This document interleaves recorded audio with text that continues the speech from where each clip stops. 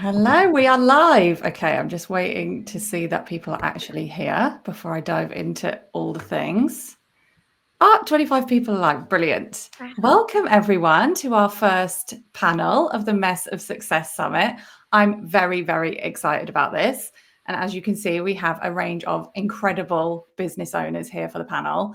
And they all have so much to offer in terms of their philosophy and their experience. And they all run different kinds of businesses. And I'm so honored for you all to be part of it. So thank you. And this panel really is about the philosophy of the summit. Like, how do we do things in a way that works for us? How do we define our version of success when the world is so noisy? So yeah, I'm excited to dive into that. So I want to invite you, if you are here live, please do say hi in the chat. And I have a quick fire question for everyone in the chat before we dive in. Firstly, say hi and where you're tuning in from. And secondly, if you could describe what success means to you in one word, share that word in the chat with your intro as well. And before I dive into all the questions, and you are free to ask questions in the chat as we go, plus I'm going to answer the pre-submitted questions as well. I'm going to do that awkward intro thing, and I'm going to go around the panelists and just ask you to introduce yourself, 60 seconds, let everyone know who you are and what you do or anything else that feels relevant. So let me just check the chat before I get into that. Hi, everyone. Dana says freedom. I love that. Freedom. Yeah, that would be my word as well. Visibility, alignment. Okay, keep sharing that and we will get to the panelist intros. Okay, so I'm going to start with Maddie because you are next to me on the screen. So take it away, Maddie. Thanks, Ruth. Hi, everybody. I'm an ADHD money and business coach, visibility strategist, author, speaker, panelist, moderator, ex-radio presenter. I do quite a lot of things, kind of all under one roof. But essentially, I help people who have got ADHD to show up, be their authentic selves, and make more money. I love it. Thank you so much, Maddie. All right, Faith, you are up next. Hey guys, I'm excited to be here. My name is Faith Mariah. My background is in social work. My first business was a mental health blog. I basically scaled that to match my 9-to-5 income. And eventually I got tired of doing that and sold that business. And now I help other people that want to have online businesses. And I kind of do a combo of like mindset and marketing. Like it's like social worker marketing meets self-help meets personal development stuff. So that's me. Thank you so much, Faith. Okay, next up is Dana. Hi, everyone. So excited to be here. I'm a meditation teacher and spiritual guide. I'm a super sensitive, introverted, neurodivergent human. I suspect ADHD, but not formally diagnosed. And I'm a dog mom to the cutest pup who, not even pup, he just turned 8 this weekend. And it already makes this how sensitive. I'm already like, he's getting old. And I help sensitive, anxiety-prone femmes create a deeper connection to spirit or their own spirit, intuition, inner wisdom, and cultivate greater mental, emotional resilience so that they actually have the capacity and power to pursue and take action towards their bigger dreams and goals in life and business. My journey for so much of my life has been, I have these huge dreams and I take a few steps forward and then I just get completely derailed by, self-sabotage and like mental breakdowns and all of the things. And what I really learned is that I need to work on mental, emotional resilience and spiritual connection, self-trust first. And when I prioritize that, everything else falls into place. So that's what I help my clients do. Beautiful. I think a lot of people will relate to that. And I'm excited to have you here. All right, Rachel. Hi, I'm Rachel. A lot of people know me as Rachel, but I pretty much nowadays answer to any nickname, so you can just holler and I will answer. But I am a whole amalgamation of all sorts of things. So I've started off my business over 12 years ago now, doing freelance design, web design, and all of that sort of stuff. But nowadays I call myself more of a brand strategist and designer and a coach, and I'm the creator of the seasonal business philosophy, which is all about creating a sustainable, human first approach to running your business. So I am chronically ill as well. I have 6 chronic illnesses. Very much filled my chronic illness bingo card with a full house of them now. I'm hoping I'm good. I don't need any more. And that has been like the lens I see the world through, and how much I have had a lot of chaos happen and a lot of unpredictable energy and all of that sort of stuff. And so now I focus on helping creatives and people who have some sort of stretch on their capacity, time, energy, health, whatever that looks like for them, to build a business that can grow gently, that flows with your natural rhythms, and it's all inspired by the seasons and my love for nature, as you can tell from all of my plants. So yeah, that's me. Yes, we're loving the plants. Thank you, Rachel. And finally, Monica. Hi, I'm Monica Harold. I am outside of Washington, D.C. on the Maryland side. If you're from the area, you know why that's important. I don't have like a quick, short anything, but what I guess I'll share with you guys is that everything that I do and all of my work is really grounded in the stone soup story. And this idea that if we can take out what we've like hidden or hoarded to save and bring it together, that we can have something that nourishes everybody. I do business strategy. I write. I have background in marketing and conversion copywriting, as well as content writing and editing. I've published books, wide range of things. So I have my own little like stone soup pot going on when it comes to my business as well. And I'm excited to be here. I love that. And I'm excited to have all of you here. Thank you so much.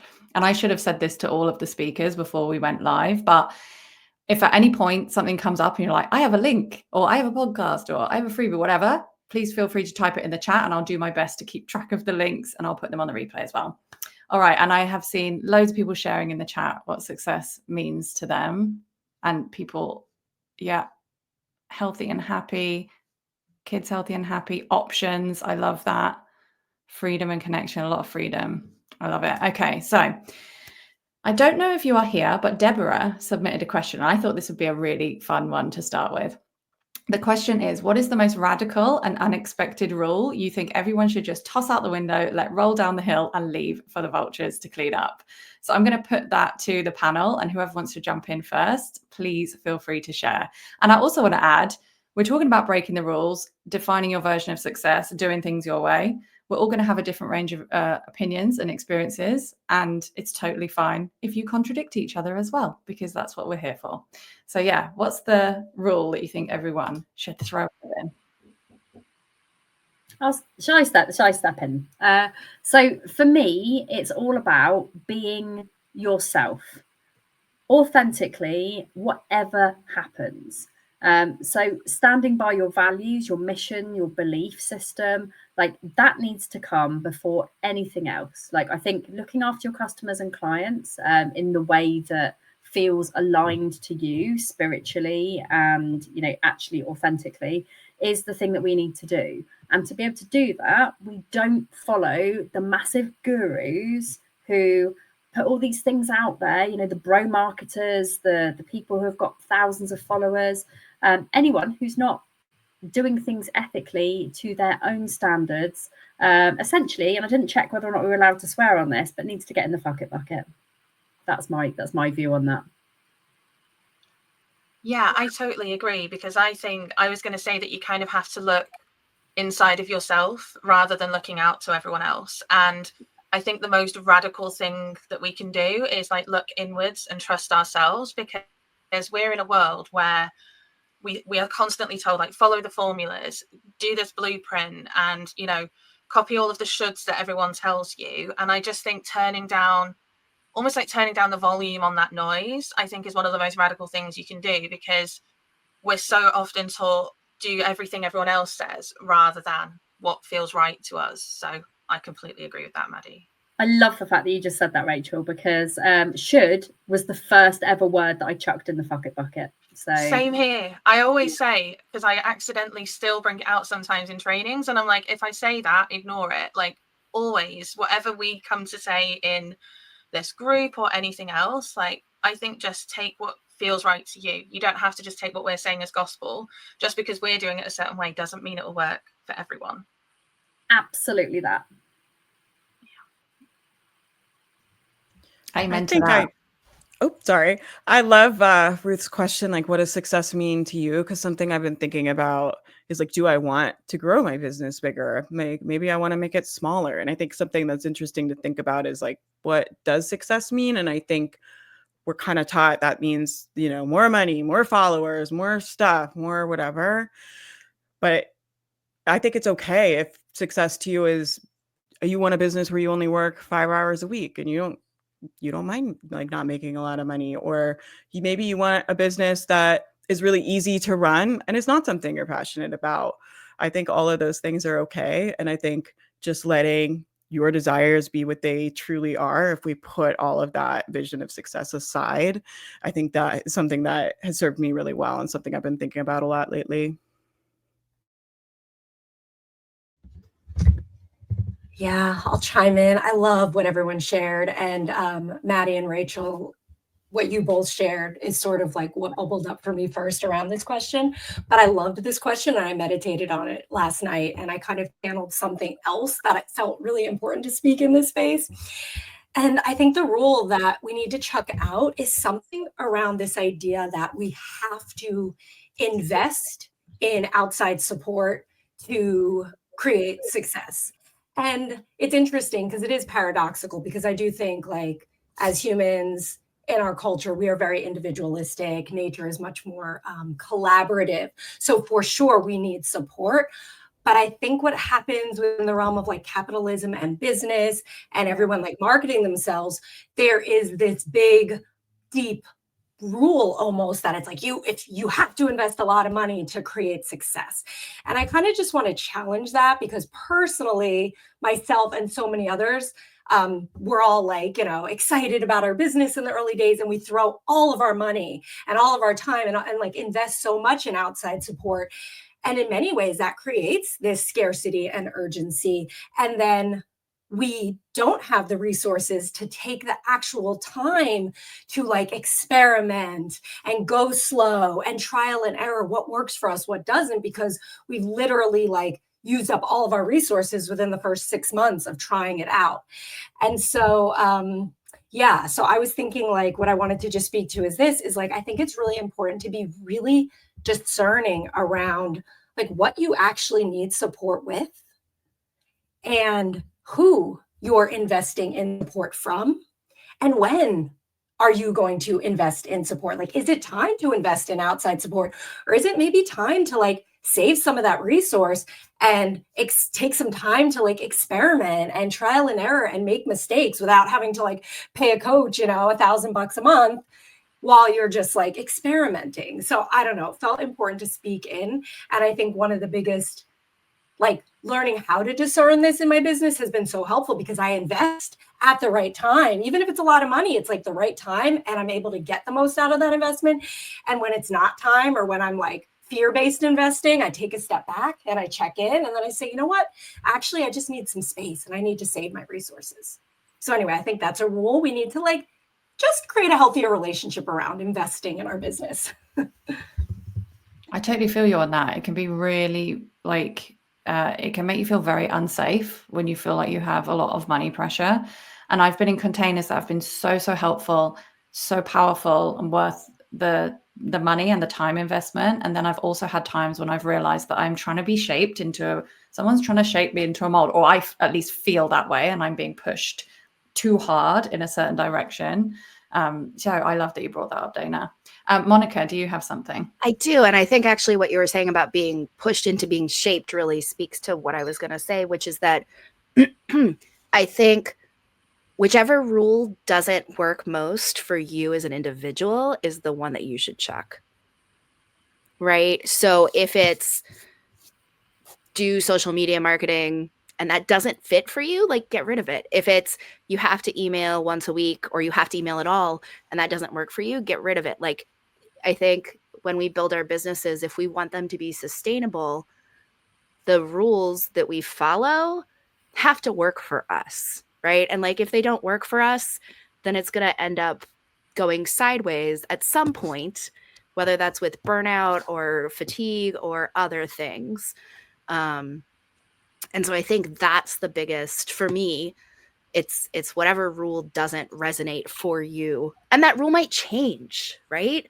Like that's the other thing. As your circumstances and situation changes, as life changes, like that might shift for you. So something that's good in one season might not be right in the next season. Perfect. It's so true. And I think allowing it to change is a real big thing as well. Sometimes I create rules. I don't know about you all. And I have this, like, it has to be this way. It took me a long, like, I've gone through a whole journey of removing one-to-one coaching calls for my business. And I had in my head, I didn't realize this was going on, but this internal battle, like, am I a real coach anymore? Because I'm not doing these one-to-one calls, but I obviously am a real coach.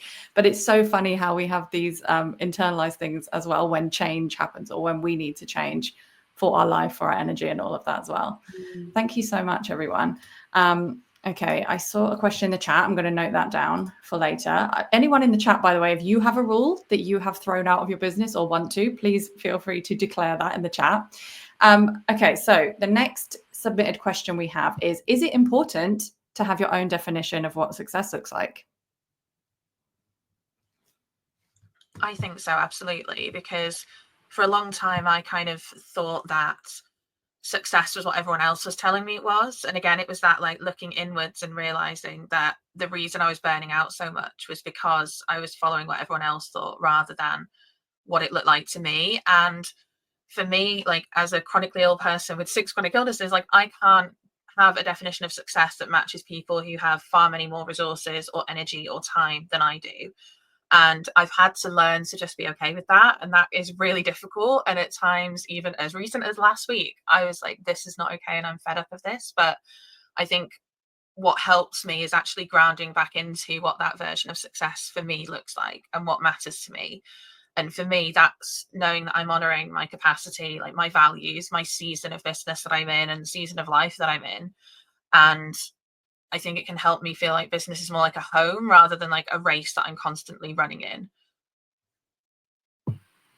I've just noticed that Julie's just said that she's thrown out the rule of consistent content. I absolutely love that because, like, as somebody who teaches people social media, like I always say to people, like, show up consistently, whatever consistency means to you. So whether that's once a year, once a week, once a day, 4 times a day, whatever, that rule is 100%, like the whole consistency thing is not built for an ADHD brain. 100% not. But I love what Rachel just said about like the kind of like the success path, because like I was absolutely stuck in a trap where I felt like I had to be a 7-figure business owner. And actually, why did I have to be a 7-figure business owner? I don't need 7 figures. I'm not a materialistic person. I don't want to live in a mansion. I just wanted to constantly improve my life on a day-to-day basis. So when I stopped thinking I'm going to be a 7-figure business owner, it actually helped me to be a 6-figure business owner because I wasn't constantly focusing on like, how do I be a millionaire? Like I didn't want to be that person. So now my little rule in my business is that every single day I do something that pushes my business forward. And, you know, like Rachel, I've also got similar amounts of chronic conditions. For me, sometimes that might even be like actually taking the kids to school or like getting out of bed for the day, or doing one social media post. It doesn't have to be something that changes the world, but as long as I know that I'm pushing that one step forward, that's kind of how I look at it.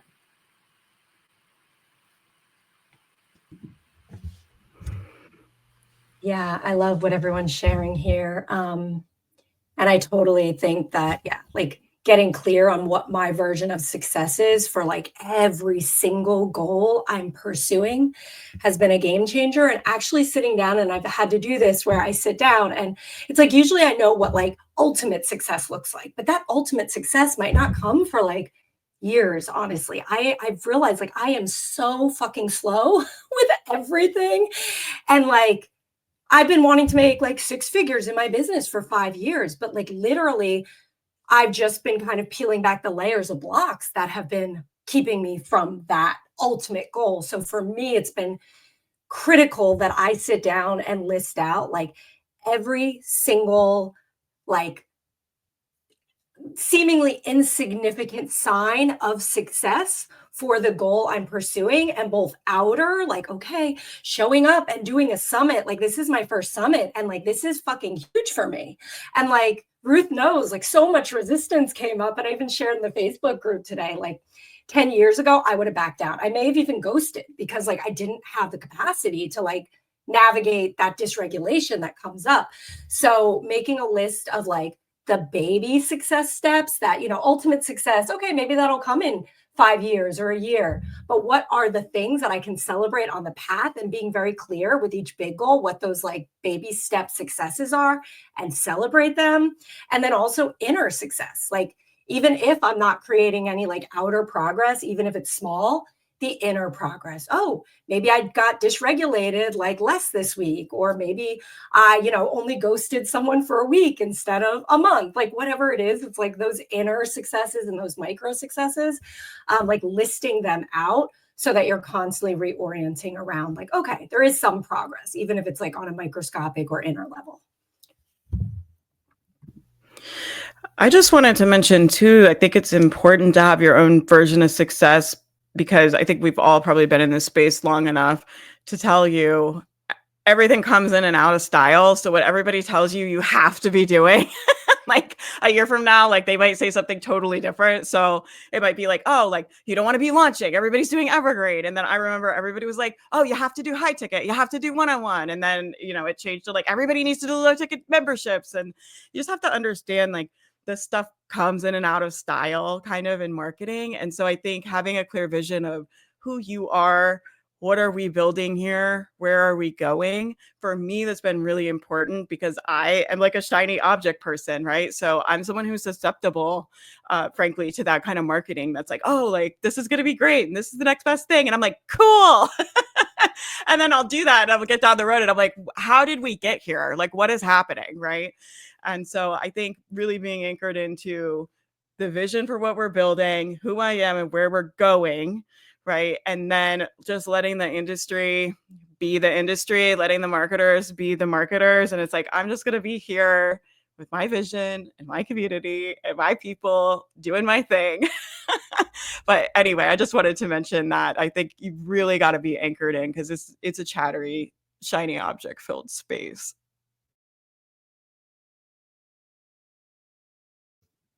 Thank you so much, everyone. And you were making me reflect. And I'm obviously in the middle of hosting this big event, and it's like really full on for me. And when you're doing something like this, I'm sure lots of you will relate to this. You get really obsessed sometimes with what's the conversion rates, how many people are signing up, and how much money am I making, and all of that. And obviously that stuff matters. And the money matters for your business to be sustainable, all of that stuff. But every single time when I'm doing an event like this and I have some coaching, and I'll like turn up on wherever I'm like texting someone or on a call, whatever, and I'll be like, oh, I'm freaking out about this thing, whatever. And then the coach will be like, why are you doing this in the first place? Like, why is this important to you? Like, what do you want to put together for people? What transformation do you want to help for them? And what do you want to get out of it personally as well? And always like instantly it just like, oh, it's like relief in my body. And it's like, it's not just about the numbers. It's not just about the shiny results. It's about the feelings and what matters and the space that we're creating together and all of that. And it instantly takes me to a different place that then kind of ironically puts me in a better position to show up and get it all done and get the better results as well. So for me, yeah, that bigger vision piece and the alternative measures of success, very, very powerful in many different ways. Anyone else want to share on this question before we move on? I think with what you're speaking about, Ruth, it really reminds me of how anchoring into like my values can help inform success. And I'm kind of hearing that throughout everybody else's answer as well, is whatever your values are, that can inform how you define success. You know, whether it's the authenticity or the discernment or whichever those pieces are. And that's that's what I find most helpful when I consider how I want to define success for myself, is what are the values that are going to inform what success looks like for me? And are those present in the different tasks or places I'm showing up, or whatever it is about my business? Is it showing up there as well? Absolutely. Love that. Like, I just want to say as well, like, you know, that the more impact we have, the more lives we change. Like, people get stuck in this thing where they think, you know, just because you are, like, you've got a purpose and you want to impact and you want to change people's lives, that actually you can't charge money for it. And I was in that place for such a long time. It was one of those things where, like, I just offered things for free because I felt bad if somebody came back to me and they were like, oh, well, you're not doing this for the right reasons. But I set up a membership about a year ago to help disabled, neurodivergent, chronic illness entrepreneurs to show up online. And I've come under fire so much recently, especially in the press, for kind of going out there and living my values.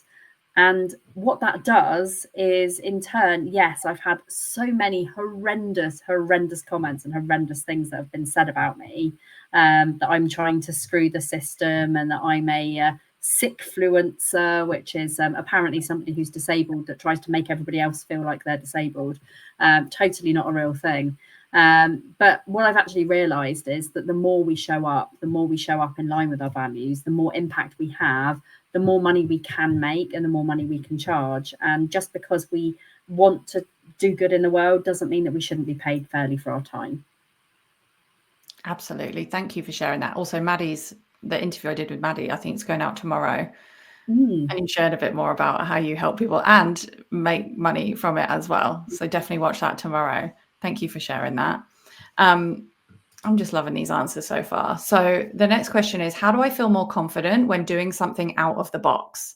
Sometimes I feel like a pariah when I don't want to do the majority of what business owners are doing. I just have one sentence. Find your people. Like, wherever they are, find your people, because there are people out there who are doing it differently. I mean, that's what this is all about, right? And it's so much easier when you're in community with folks, whether it's people that are peers that you're connecting to or people that are in like paid programs. Find the people who have similar approaches, and it makes such a difference. I think as well, like, honestly, you don't need to feel confident to start. I think that confidence can come from action and from trying things. And for me, the most important thing has been to have like almost an experimentation mindset. And people always kind of like pull a face when I say this, but I love to fail. I love to fail because there is so much wisdom and so much learning and so much that you can take from being able to fail at something and take that lesson and apply it in your business elsewhere or in your life. And I've failed so much and I've learned so much from that as well. And I think it kind of goes back to what Dana was saying earlier about investing and finding the right times to invest and all of that, because I think when you lack that confidence in yourself, that's when you look for that outside validation. That's when you look for the support everywhere else. And it's usually at like the wrong time. And I've been in business for like over 12 years. And I'm sure if I had just listened to myself and trusted that I could experiment and play and figure things out and know that I could do that, I probably could have shortened my stressful kind of 8 years in the middle. I had 2 brilliant years at the beginning, and I feel like I've had 2 really good years now. And then the 8 years in the middle where it was just like, it felt like chaos and a mess and like you were never going to figure it out. And it's because I was just so scared to start and so scared to actually just put myself out there and try. And I think, like, I promise you that like no one else, like it sort of feels like no one else feels like you do, but everyone feels that way at some point or another. And if you just try and you just keep going, you will find your way of doing things, and you will find that you feel a little bit more confident and you've got a little bit more of like, even if it's just like baby steps, like Dana was saying, you're taking those little baby steps, but that still means you're moving forward.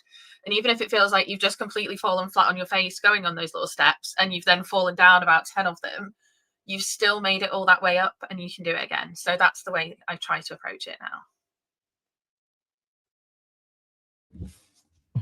Can we also normalize having shit days? Like I did a post on Facebook earlier. Like I had a really shit day today. Like genuinely, like I had a day where I basically woke up, wanted to cry for the whole day, did cry for a lot of the day, cancelled all of my clients, told them exactly the reason, honestly, why I was crying. I didn't bullshit them. I was like, I'm having a hormonal day. If I see you, I'm going to cry on you. And sometimes we just need to actually listen to our bodies, listen to our brains, stop and understand when we're overwhelmed and take that step back.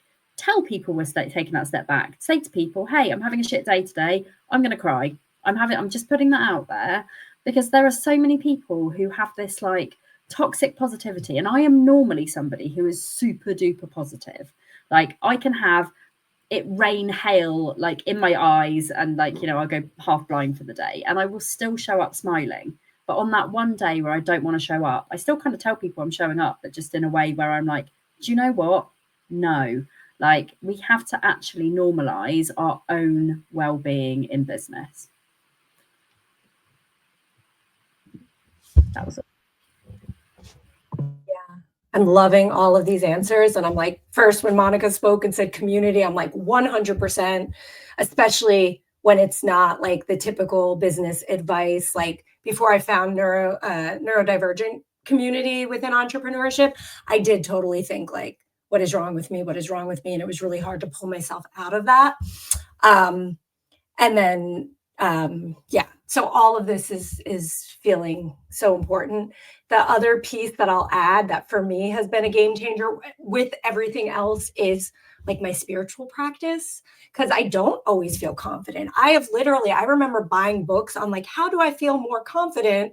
You know, because like I didn't feel confident doing anything for years and years. And then to the point where I was Googling, like, what is confidence? Like I just couldn't even grasp it as a concept because I never felt it like in my body. And yeah, so to what Rachel said too about like experimentation and all of that, it was like the community plus giving myself permission to like fail and experiment, which was always so hard for me because I would shut down instead and have like that rejection sensitivity and all of that. So my spiritual practice, I think, is the glue that keeps it all together, sort of like when I am having a shit day.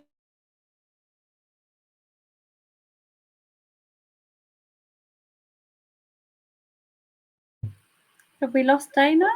Yeah, Dana is frozen. Oh. Okay. Really good question in the comments about niching. Or she's back. She's back. Dana, you just come back to said when you are having a shit day. Everyone just disappeared. And I was like, no. But yeah, I was saying I was the opposite of Maddie. I'm more like Eeyore, that like always feels like I'm in a dark hole that has to kind of like find the light. So for me, it has been that spiritual practice that always anchors me back. So even if I'm not feeling confident, even if I feel like I don't know what the fuck I'm doing, like all of that, like coming back and like having my sacred space in my home. And I work with an oracle system called the I Ching, and like that is my connection to spirit. And so like tuning into the I Ching and just kind of like reconnecting to that sense of power and like spiritual guidance is what brings me back every time. So I feel like I just wanted to add that into the pot of all the other beautiful things. Love that. Sorry, I get so passionate about the subject of niching because I was the person who basically changed my LinkedIn headline every day for a year because I couldn't work out who the fuck I was. And then I had a call with somebody and he introduced me to the word multi-potentialite. Which is what I call myself, multi-potentialite, multi-passionate, multifaceted, whatever you want to call it. And the best way to get around not wanting to niche down to a specific subject or a specific area is grow your personal brand and lead with your values, lead with your mission, and the people that you support. So I know that I support disabled, neurodivergent, chronic illness entrepreneurs to show up and be the people that they want to be whilst making more money. But under that, I have so many different brands. So like I help people with TikTok. I've got a money app.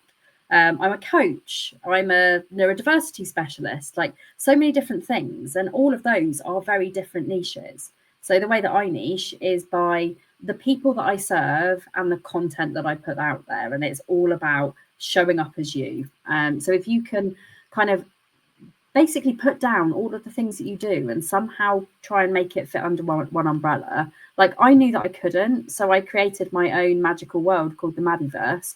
Very self-indulgent, I am aware, but it was the thing that kind of helped me to pull everything together. And you don't have to niche like people tell you have to. Again, it's that should, and it needs to get in the bucket.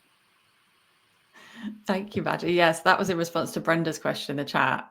Definitely watch Maddie's presentation tomorrow for more about the journey and the messy journey. Anyone else have anything to share about the niching thing?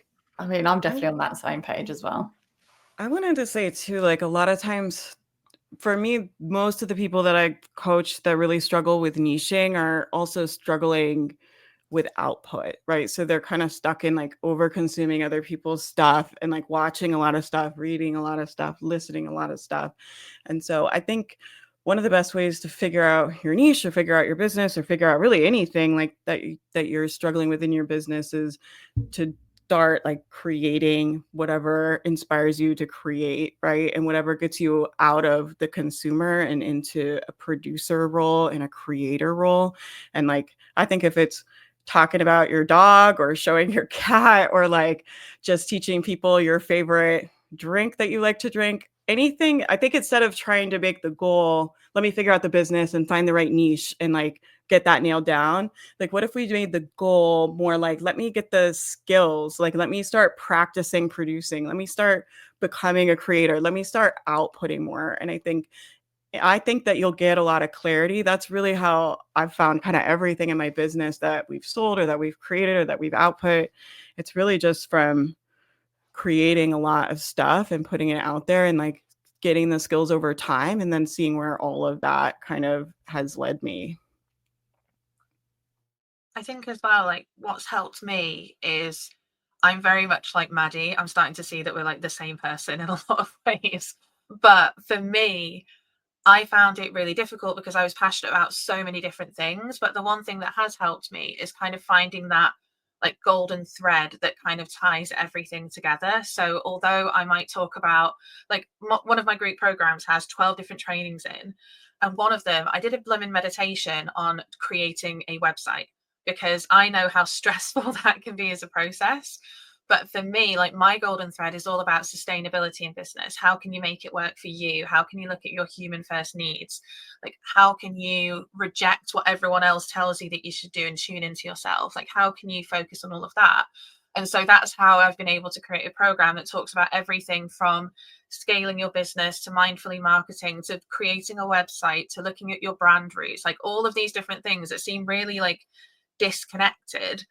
But although they kind of are, like that golden thread that runs through it is my approach and what makes me unique and what makes my work and approach unique. And so I think that's like another way to think about niching, is that you don't necessarily have to be like, oh, I'm going to niche down and target yoga mums that go to, Waitrose or Marks and Spencer's here in the UK, like the posh places to go to get food, basically. Like you don't have to niche down in that like typical way, but you can niche down in a way that is more about you and what brings like your light to the world. So that's the way that I try to approach it now, because niching is stressful when you think about it. And it's just like me and Monica were just saying in the chat about different things that can like take the pressure off you. And I find that if you just take the pressure off yourself to try and niche down and find the perfect niche, like mine has changed so much over the years, and I think everyone's has that's probably here like would say they either never found it or they had it and then it changed, because I don't think it's necessarily something that will stay the same and can evolve and grow. So just take the pressure off yourself trying to figure it out and go from there. I totally agree with that. Like I actually, talking about rules to like throw in the bin, I found it so hard to do those customer avatar things and like paint this picture of like the demographics and all. It just doesn't work with my brain. I don't teach it because it doesn't work with my brain. I always come at it from the what matters to me? What's the transformation I want to help you with? What do I want the world to look like? That's like, I'm really idealistic, and that's what works for my brain. And I put pressure on myself for so long. Like, why can't I think, like, where do they shop? Where do they do their groceries? What's the median household income? Like, that does not work for me. I can't visualize that person. It's more about like their heart, like what connects my heart to their heart.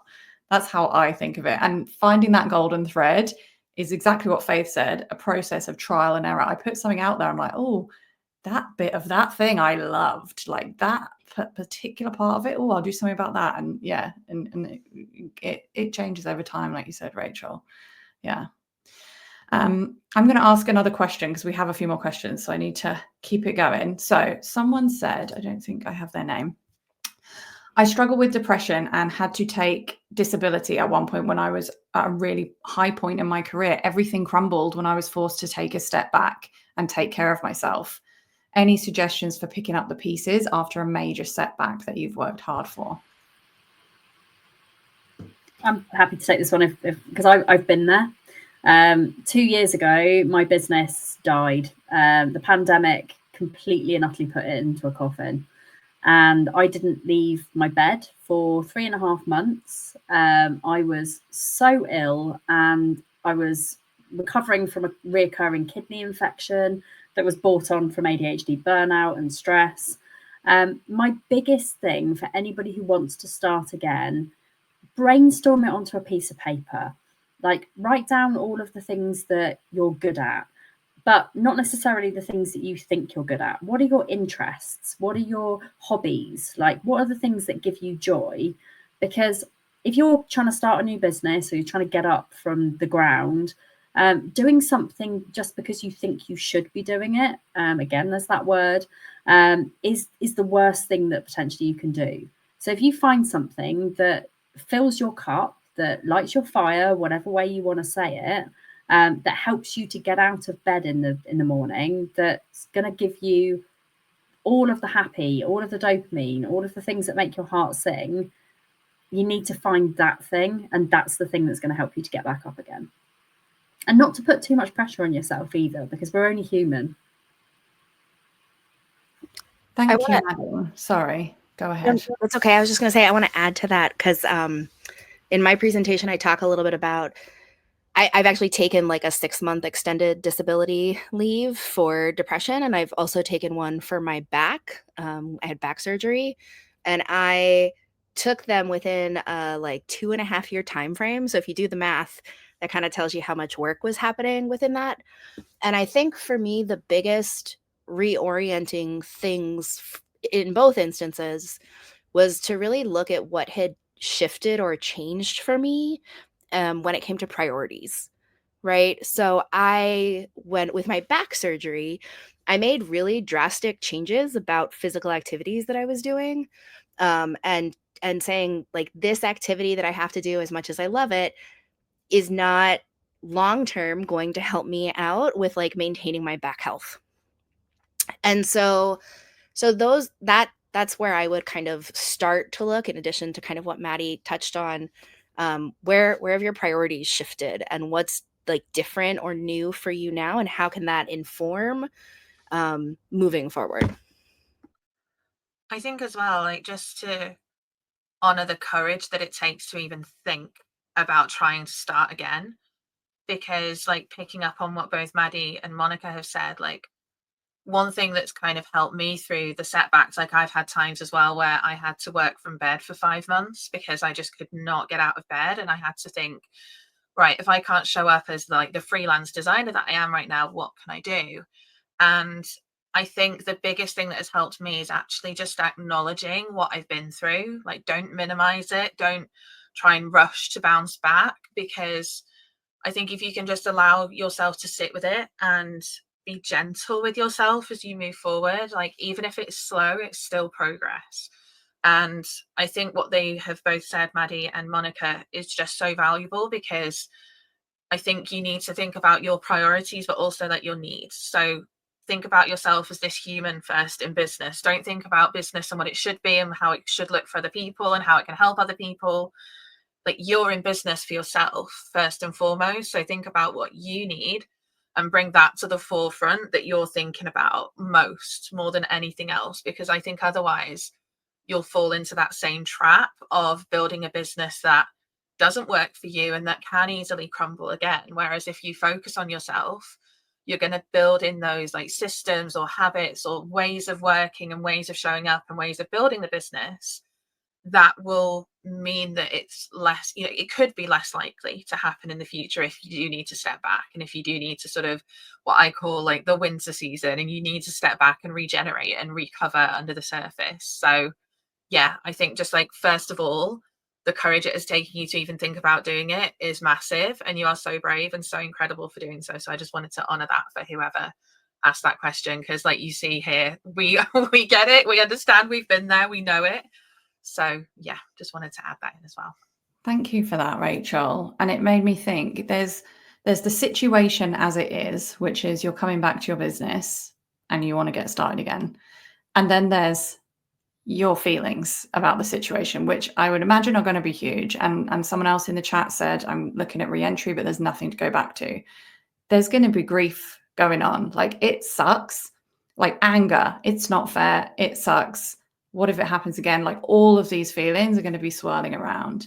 And I haven't been at the point where I've had to take so much time off that and I've totally let the business go. But I have had phases where I've had to take time and then come back and been very, very fearful of certain things getting triggered again and happening again.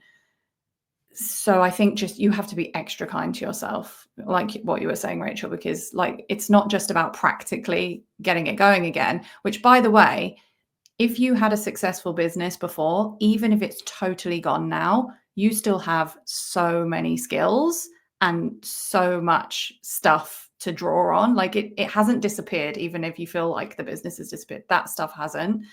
But yeah, that's the practical stuff. It really, those feelings are going to take you to be super kind to yourself, and it isn't fair. And life does suck sometimes. And back to what Rachel was saying earlier about failure. My business failing at the time, I was so low. I was sorry, trigger warning, but actually quite suicidal. And it was, actually the best thing that ever happened to me. When you're going through something, it does feel very close and it's really horrible. But looking back at it 2 years later, like I bounced back all because I wrote down all of the things that I really enjoyed doing, all of the things that I was good at, all of the things that I'd learned from that previous business. And in my first year of business, I ended up hitting 6 figures because I loved what I was doing so much. And if you find that passion, you find your purpose and that thing that's going to push you forward, whatever it is, it will be in there somewhere. You might have to dig really deep for it. But when you find that thing, honestly, it's like it's worth its weight in gold. And you have to fail sometimes. You have to take that step out. You have to be depressed. You have to be right down at the bottom sometimes to see like the way out again at the other side.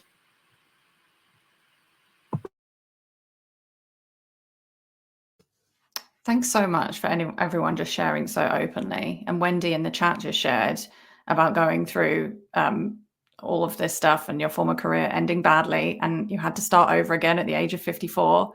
And now you support people with loads of amazing things. Like, sorry, I'm summing that up really badly, but thank you for sharing. And it is possible. Okay. Next question from Julie is, how do I know if I'm breaking a rule for the right reason? Because there are times I'm breaking a rule to help me, and there are other times I'm breaking a rule because I'm avoidant and fearful. I think like you can know the answer to that, right? Like only you can know the answer to that. I don't think there's any like formula to that. And that's what makes it so difficult, right? But some of the things that I look for is like, will I feel better on the other side of this, right? So if I'm like, I need to take the day off because I'm burnout, I'll think at the end of the day, am I going to feel like rested and regenerated and better? And like, I'm going to feel better on the other side of it?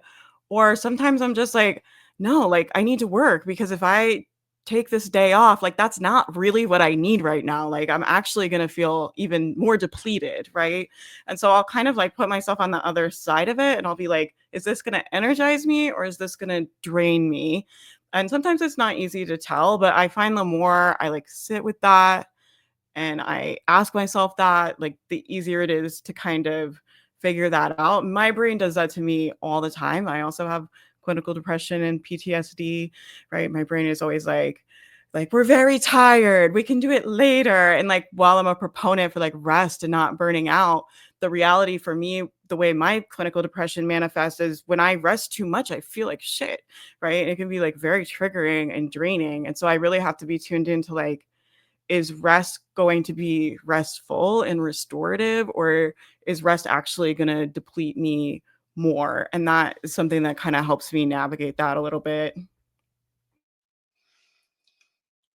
I think as well, like for me, what can help is sometimes giving myself space. So I've got my chronic illnesses, but then I've also got an anxiety disorder and PTSD on the other side as well. So I'm kind of the same in that for me, it's like, am I hiding from this decision because I'm fearful, or is it just because I'm more tired, or I've got less energy, or my chronic illnesses are contradicting one another? And so I've got all these different symptoms I'm battling. Like, what is it that's actually doing it? And is it that I'm trying to protect my peace, or am I hiding from discomfort? And so I think sometimes we can get a little bit comfortable, and that's sometimes what we need. You know, there's nothing wrong with that. But for me, it's like if I'm looking at breaking a rule, it's really funny. I've got like the good girl complex, but I love to break rules at the same time. I'm a Gemini, so I really am that contradiction. But at the same time, I think for me, it's just giving myself that space to think it through. And a lot of the way that like my anxiety manifests is through that, in like, I think it's called like the intolerance of uncertainty. I don't like to feel uncertain. And so when I get put in a situation where I'm like, do I want to break this rule? Do I want to do something differently? But I'm scared of it. It's like, is it because I'm uncertain and also like wondering like how that's going to feel? And do I not want to feel that way? Even though, like Faith was saying, like on the other side of it, I might feel so much better, or I've got this thing done, or I've done something different. And I think as well, like with the rule breaking, that's where like true innovation can happen as well. So where we can innovate for ourselves or for our clients, our customers, and things like that. But yeah, it's very much kind of like, how can I give myself the space to think this through and just ground myself in it? So that's where like with Dana, I feel like Dana would have like the perfect sort of spiritual practice for this. But this is where I try and just really tune in and try to ignore that noise again, because I think that noise is there saying like, oh, you should break this rule, or you should do this, or you should be radical, you should do things differently. When sometimes you can just be, it's okay to be comfortable, and it's okay to do things the way that you feel that you need to do it. Yeah, I'll chime in. And I'm laughing that you mentioned that about me, because that is where my head's going, but not even about the perfect like spiritual practice. But like I was going to say, to your point of like making space to tune in, like I do think it's that. And for me, I've had to cultivate that ability to, because when I'm completely dysregulated and I'm like, whatever state I'm in, that I'm like indecisive and like, should I do this? Should I do that? Where's it coming from? And I'm very heady about it. It's very dysregulating. And when I'm in that dysregulated state, I can't know. Like, but what I found is my body, I am super sensitive. So my body will give me wisdom, but I've had to learn how to discern what is like wisdom from like what is true wisdom from that like deeper, true, empowered part, and what is like fear-based, egoic sort of information. And truly like the like in a nutshell, it really is like I had to cultivate my own specific ritual to help me do that through trial and error. So like I said, I love the I Ching. Like I truly lean on, it's an oracle system like tarot, but rooted in, Chinese, traditional Chinese philosophies and lineage. But like the point is, like it was just through trial and error. So first, I know that like if I'm dysregulated, I can't discern. So I have to make that space and come back, and like whatever I need to do to like ground and resource and get regulated, that's step number one.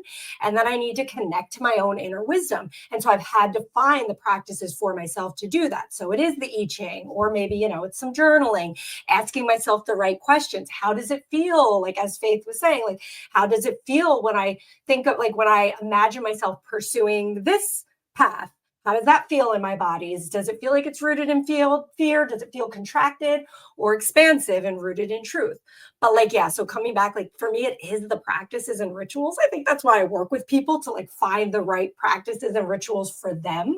I never shove any rituals down anyone's throat, but like, yeah, practices to regulate your nervous system so you can ground, and then practices to connect to spirit, like your own intuitive wisdom or spirit, whatever that is for you. So yeah. And I want to add real quick, I don't think fear is a bad thing, right? Like fear can be something that offers information. It's a data point, right? That tells us that there's something possibly underneath it. And so I'm always curious to explore what's the fear doing? And I think somebody, I don't remember who it was because I was so focused on just listening. But somebody was saying something about, like, is the fear there because it's protecting me, or there a couple of different things like that. And so what is the fear telling you, right? Like, why is the fear saying you should break the rule? What's underneath that?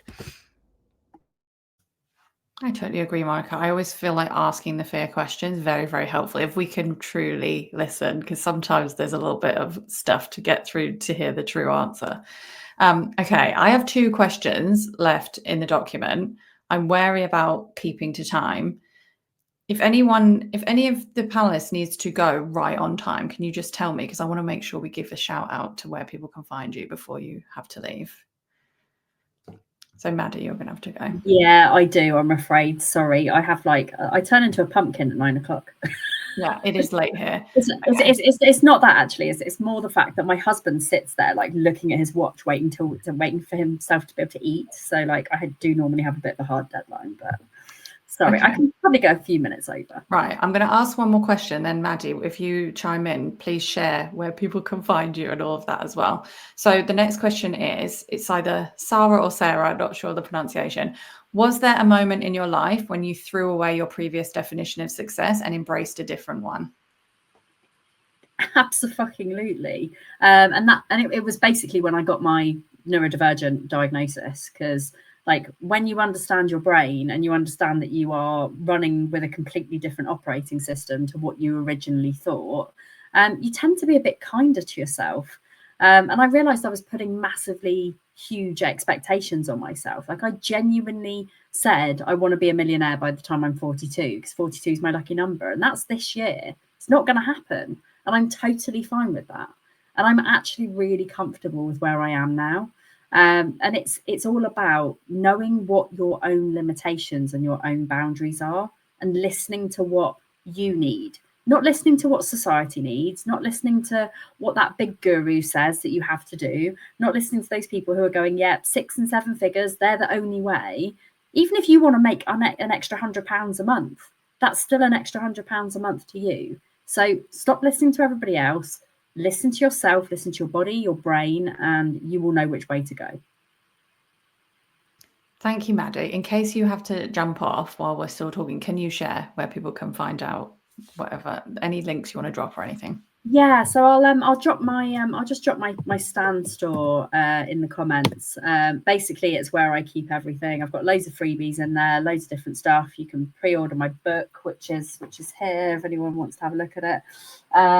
There is really just, I'm on all social media, Maddie Alexander Grout or Mad About Money Official. Instagram, actually, Maddie Talks Money on Instagram and Threads, but that's where I am. It's lovely to be here. Thank you for inviting me, Ruth, just by the way. And it's lovely to meet all of you guys as well, because it's been a really interesting conversation. It's been brilliant. And everyone watch Maddie's presentation tomorrow as well. Thank you so much. Yes, do that.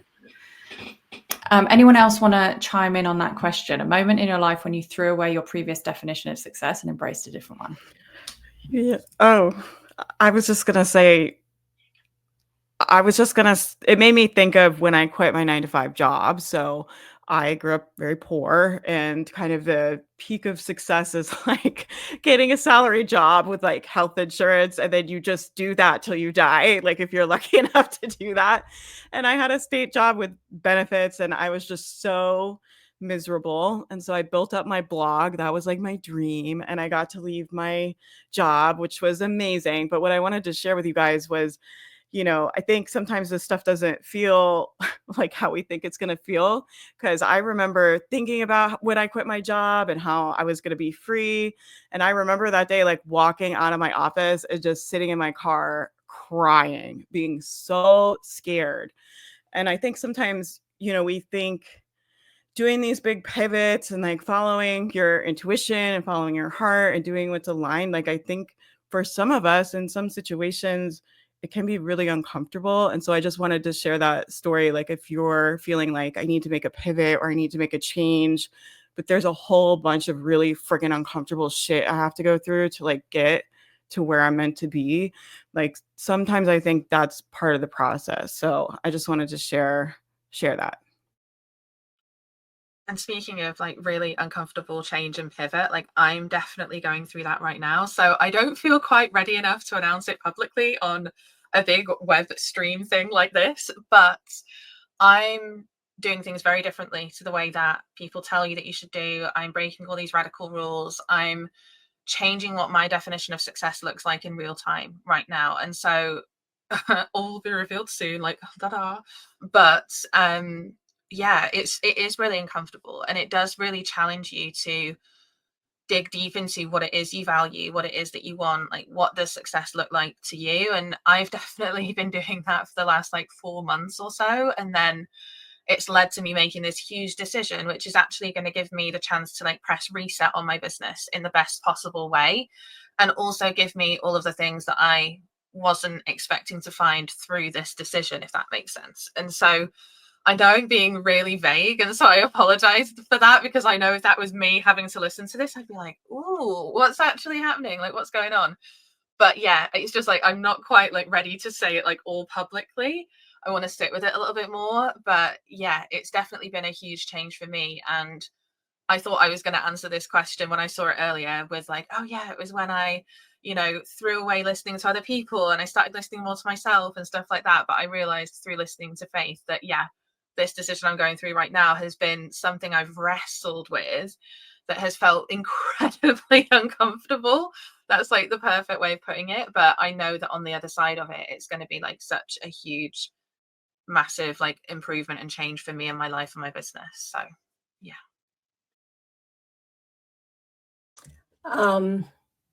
I hope I'm answering the question correctly, because something did bubble up. But I feel like for me, I've definitely had to kind of reevaluate my relationship to like financial success in my business. And like, even when I'm working with clients and I'm constantly coming back to this for myself, I always say, like, for every outer growth goal, there's like an equal inner spiritual growth goal or journey. And so for me, it's like, I'm constantly coming back to this edge where I need more money. Like, it's very real. Like, I need to find that like minimum viable place to like live and make money through my business. And like, is this going to be successful? And it's like, so the money is obviously a very real like goal of success when you have a business, because right, eventually it's just a hobby if you're not making enough money to like sustain yourself. And also though, if I only focus on that, it totally like, it feels like I need to just give up, because it's like, oh, there's probably easier ways to make money. Maybe not as a neurodivergent human, but, and so I always come back though, and I look through the lens of like, okay, the outer growth, like success is the money, perhaps, as like the ultimate. And also though, like my business has given me the most opportunity of anything else in my life to grow spiritually, to evolve spiritually, to like discover who I am, what my values are, like all of those things. So I guess like at some point, obviously years ago when I started like studying spirituality, but like when, like within the last like 5 to 10 years, when I really like dove into like entrepreneurship as my primary thing, I've had to constantly come back to this whole shift to like the spiritual growth is equally, if not more important than the money piece. Again, like obviously that's also coming maybe from like a privileged place to some degree, but like it's true on many levels. Yes, we live in capitalism, so money matters, but like the spiritual growth is now my version of success. Even if the money's not coming in, like if I'm growing spiritually and learning spiritually and becoming more aligned with that, for me, that is the shift to success where I like shifted. So thank you for sharing that, Dana. That really resonates with my story as well, which my moment was definitely when I had my son. I had postnatal depression. It was an awful, awful time, just terrible. And because it was so terrible, I had been so scared. So I had a business before and it did really well financially, but I didn't feel like I was self-expressed at all in that business. Not at all. But I wasn't to the way I wanted to. And I had my son and it was awful. Like, obviously I love him, but my brain was awful. And going through that was just like, wow, I was so scared to make a change in my business. Like, absolutely fuck that now. Like, I am ready to make that change after going through that horrible, horrible time. And it totally shit. And also because I now had a son, I was like, I want to be myself. I need to be true to myself, for myself and for him. And that was my moment for sure. And I was terrified of being visible, like so terrified. Never, ever would have done anything like this. Never would have hosted a summit. Oh my goodness. I was absolutely terrified. Couldn't even show my full picture in my profile picture. I was that scared.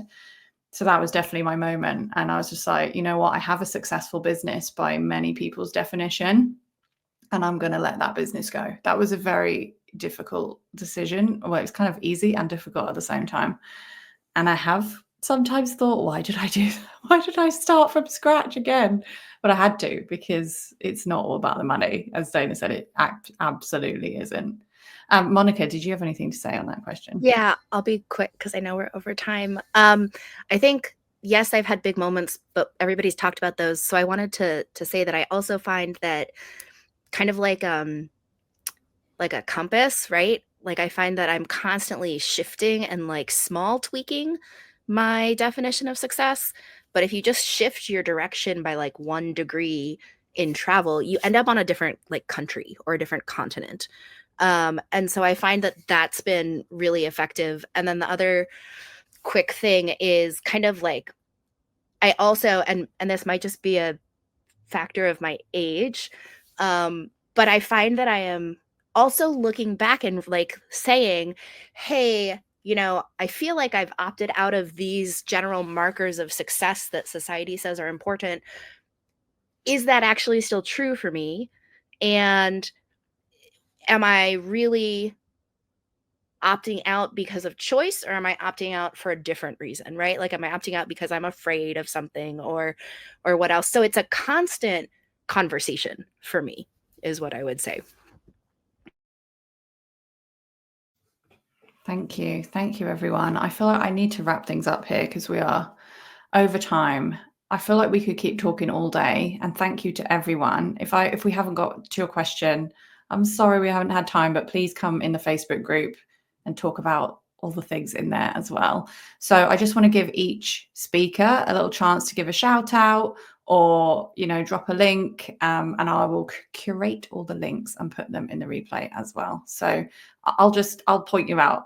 Next to me is Faith. So do you want to share, Faith? I zoned out. What are we supposed to do? Share your link.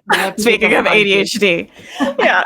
I am sharing my social media breakthrough bundle. So one of my big struggles that I had coming online was swore I would never share my face or be on camera at all, like not even my picture on the internet ever.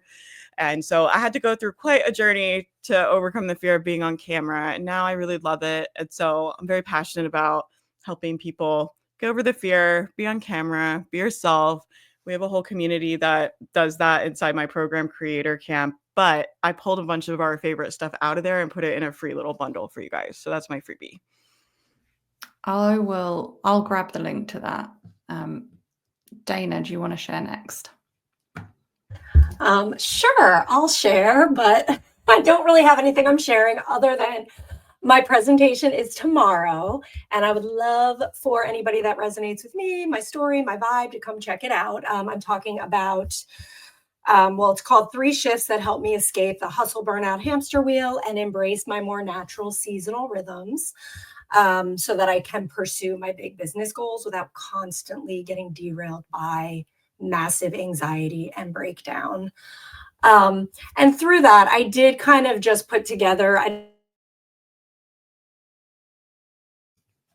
Oh no, she's frozen again. I think she's going to talk about our freebie, so I'm going to get the link for everyone.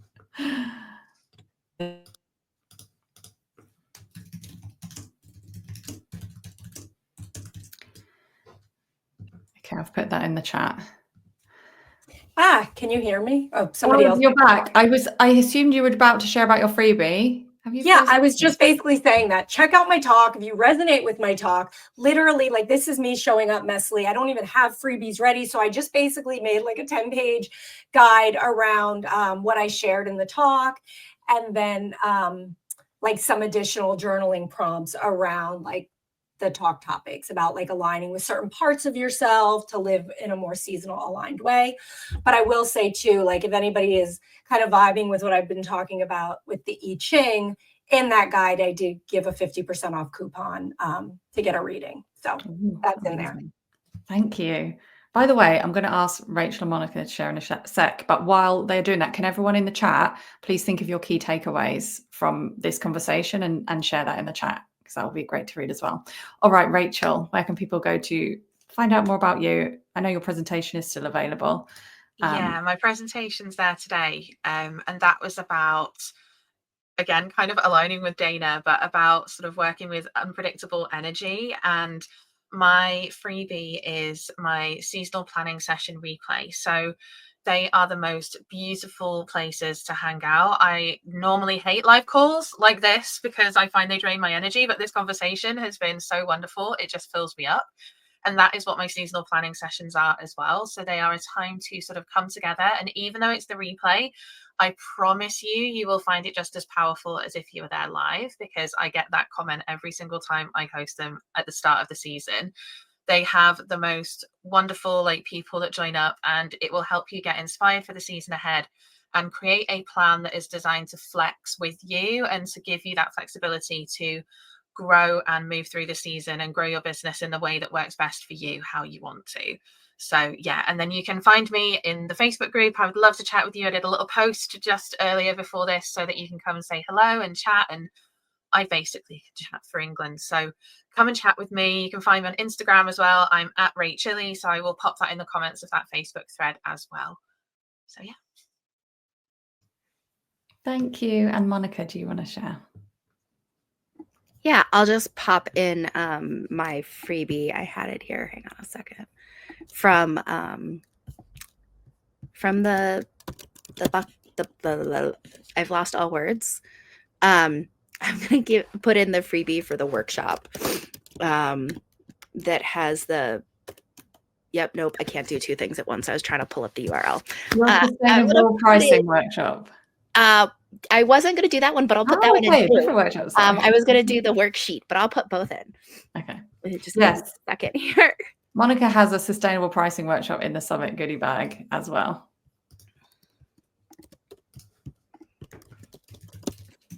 I'm just making a note of all of these to put in the replay as well. Please, everyone who's here live, firstly, thank you for being here and sharing and just being open and receptive and sharing your own experiences. I hope that you have found this panel permission giving and helpful and inspiring. And I would just love to quickly hear your key takeaways if you have a sec to share them. Key takeaway, there's different ways to approach niching. I don't have to follow the traditional path. Absolutely. You're going to love Maddie's presentation tomorrow about following that messy path. And yeah, just thank you for all of our amazing speakers for being here and giving your time to have this conversation. It really matters to me, actually. And like to have a space where we can actually all just say, I was really depressed, and, or, I have all this stuff going on. it's not always like that in certain circles. So I'm really glad that we can talk about this stuff openly here. Key takeaway: authenticity. Interested in ideas discussed around measures of success. This has evolved for me over time during my life. I'm in the process of change and exploration again. I hope this was helpful for that. Can't pick just one takeaway. Wish I joined at the beginning. The replay is going to be available straight away. Like I've literally, because it's hosted on this platform, so you can go and catch up. My business is a baby. Don't pressure it. Oh, thank you. I get to define my own version of success. Yes, love the openness because it's normally not well received in corporate environments. I like the quote about business is a home, not a race to run. Wish I could remember who said that. Who said that one? Oh, Rachel, that's beautiful. Key takeaway reminder: staying true to myself throughout the rule book. Thank you all so much. We have another speaker panel at the same time tomorrow on the mess of business and parenting. So please try and join us for that if you can, and if it is relevant to you.